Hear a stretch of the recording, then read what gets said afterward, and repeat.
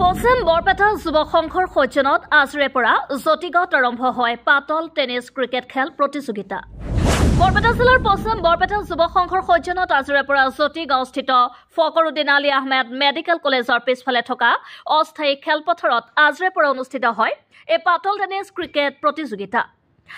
আজিৰ পৰা অনুষ্ঠিত হোৱা এই খেলখন কাইলৈ অন্ত পৰিব। দুদিনীয়াকৈ চলিবলগীয়া এই আকৰ্ষণীয় খেলখন আজি বেটিং কৰি শুভ উদ্বোধন কৰে গজিয়া মেধিৰতাৰী গাঁও পঞ্চায়তৰ প্ৰাক্তন সভাপতি মহৰ খানে। ইফালে আজি ৰাতিপুৱা 9 বজাত পশ্চিম বৰপেটা যুৱ সংঘৰ সৌজন্যত আয়োজিত এই খেলখনৰ এখন উদ্বোধনী সভা অনুষ্ঠিত কৰে। আয়োজক সমিতিৰ অন্যতম সদস্য ৰফিকুল ইছলামৰ সহযোগত সম্বৰ্ধনা অনুষ্ঠান পৰিচালনা কৰে সাংবাদিক জয়নাল আবদিনে। এই সভাত গজিয়া মেধিৰতাৰী গাঁও পঞ্চায়তৰ প্ৰাক্তন সভাপতি মহৰ খান উপস্থিত থাকি খেলুৱৈসকলক ভাষণ প্ৰদান কৰি খেলুৱৈসকলক উৎসাহ আৰু উদ্দীপনা যোগায়।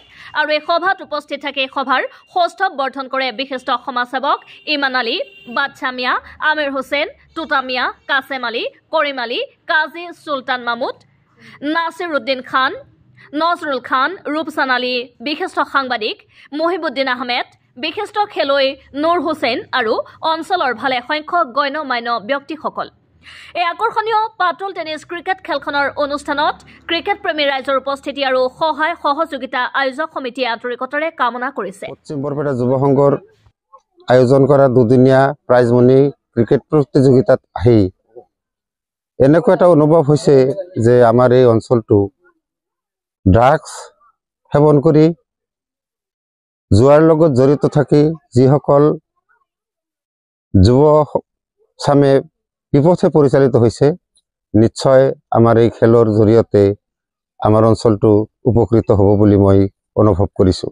মই নিশ্চয় সেইসকল খেলুৱৈৰ ওচৰত মই কৃতজ্ঞ আৰু মোৰ আশীৰ্বাদ থাকিব যে তেওঁলোকে আমাৰ এই অঞ্চলৰ পৰা যাতে ভাল খেলুৱৈ হৈ অসমৰ তথা বৰপেটা জিলাৰ লগতে ভাৰতীয় খেলুৱৈসকলৰ লগত তুলনা কৰিব পাৰে তাৰ কাৰণে মই আশাবাদী।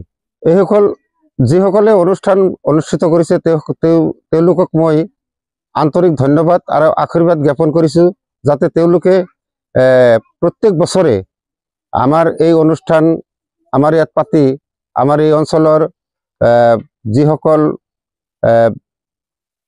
যুৱক আছে তেওঁলোককো যাতে মানে আকৰ্ষিত কৰে আৰু তাৰ কাৰণে আমি যুৱসকলক যি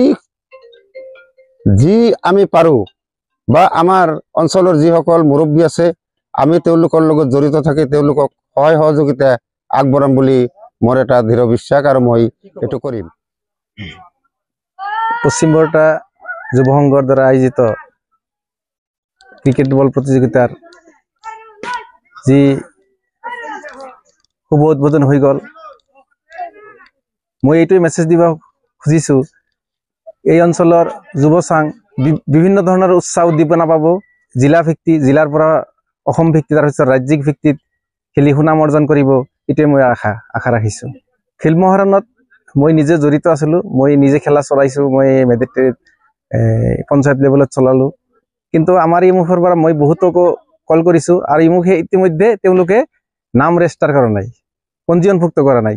গতিকে মই পঞ্জীয়নভুক্ত নকৰিলেতো খেলিব নোৱাৰে।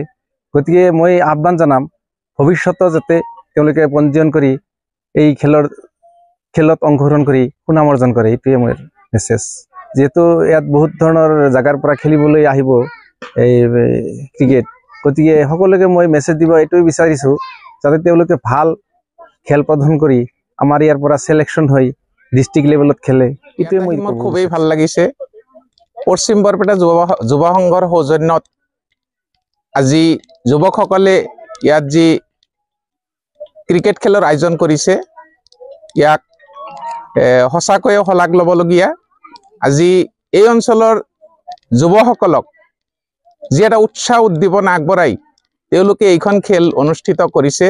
নিশ্চয় এই খেলৰ জৰিয়তে এই অঞ্চলৰ যুৱ সমাজক এটা উৎসাহ উদ্দীপনা মানে পাব আৰু তেওঁলোকে এনেধৰণৰ খেলা ধূলা খেলি এই মঞ্চৰ পৰাই যাতে আৰু আগবাঢ়ি গৈ হয়তো জিলা ভিত্তিক ৰাজ্যিক ভিত্তিক বা দেশৰ অন্যান্য খেলা ধূলাৰ লগত তেওঁলোকে মানে অংশগ্ৰহণ কৰিব পাৰে এইটো মই আশা ৰাখিছোঁ।